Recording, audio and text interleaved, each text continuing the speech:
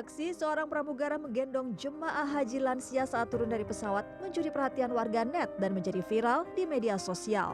Dalam video yang diunggah oleh akun TikTok @ocepawangsinga, tampak seorang pramugara menggendong jemaah haji lansia turun dari tangga pesawat hingga masuk ke dalam bus.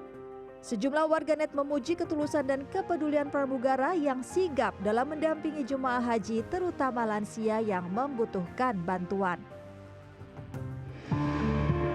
Jumlah jemaah haji asal Jawa Timur yang meninggal di Tanah Suci terus bertambah.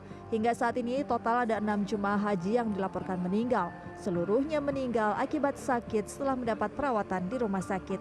Petugas kesehatan menyebut proses penanganan dan pemakaman telah dilaksanakan sesuai prosedur di Arab Saudi. PPIH Embarkasi Surabaya juga terus berkoordinasi dengan keluarga jemaah di daerah. Jadi itu sebagaimana instruksi dari pusat bahwa minta tolong kepada ketua kloter, sampaikan kepada jamaahnya untuk benar-benar merencanakan kegiatan di luar hotel. Kalau nggak penting nggak usah, kita fokuskan dulu terkait dengan al-musa. PPIH mengimbau jemaah agar lebih banyak beristirahat menjelang rangkaian puncak haji. Aktivitas ibadah tambahan seperti umroh sunnah disarankan dilakukan setelah ar-musnah agar kondisi fisik tetap terjaga.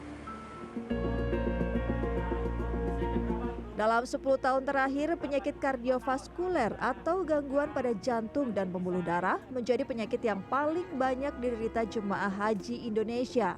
Bahkan penyakit ini menjadi penyebab utama meninggalnya jemaah saat melaksanakan rangkaian ibadah haji.